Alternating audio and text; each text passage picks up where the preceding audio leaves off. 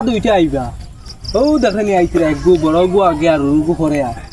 দগে লগে আইতে না দগে আর সম্মান দে দগে আইয়া বেরিবা পয়সা দিতাম ই দাইতে বসে ইচ্ছে না দেওয়া লাগবো খাইতে নি তুই না আমি শান্তি শুরু করলি আমি আর খাই যাই না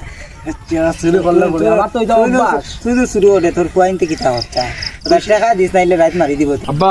এটা হইছে দেও দে খালকো ঈদ পয়সা তোরা দেও পয়সা তোরা মানে হইছে তুমি 20 টাকা 20 টাকা দিকে শিকড়ে কত দাম 15 টাকা 5 টাকা দিতাম খাইনি